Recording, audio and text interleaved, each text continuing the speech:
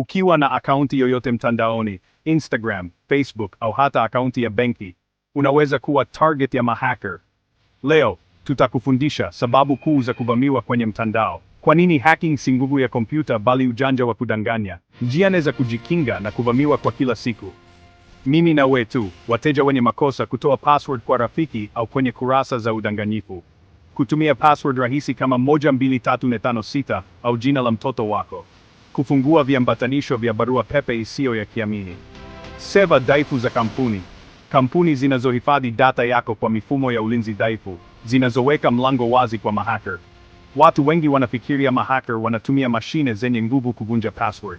Ukweli ni 95% ya hacking kutokana na udanganyifu wa kisaikolojia. Password ngumu haziwezi kuvunjwa kwa machine, zinachukua miaka 500. Server dhaifu ndizo chanzo cha mashambulio makubwa. Tumia two-factor authentication 2FA.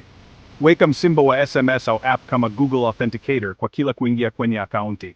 Epuka kutumia wifi ya bure kwa kazi nyingi. Wifi za kifukara zinaweza kutumika kukutazama. Sahihisha URL kabla ya kuingiza password.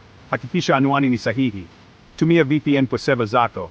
Ikiwa una kampuni, thibitisha kuwa seva zako zina encryption na zinasasishwa kila siku. Phishing ya benki, barua pepe zenye kusema akaunti yako imefungwa.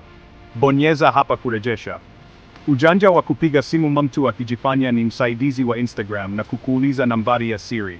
Malware kwenye app za bure, programu za jipatie pesa haraka zilizo na virusi. Ushauri: kamwe usimpigie msimbo wa 2FA yeyote anayekudai kwa simu. Usiache mahacker wa kuchomekea kivuli. Fanya hivi sasa, sahihisha mipango yako ya ulinzi kwenye akaunti zako. Shiriki video hii kwa wenzako wanaoweza kudanganywa. Subscribe kwa maelezo zaidi ya kujilinda mtandaoni. Hacking si wezi wa nje, ni watu ndani ya taasisi yako wanaotaka kukuangamiza kwa ubinafsi.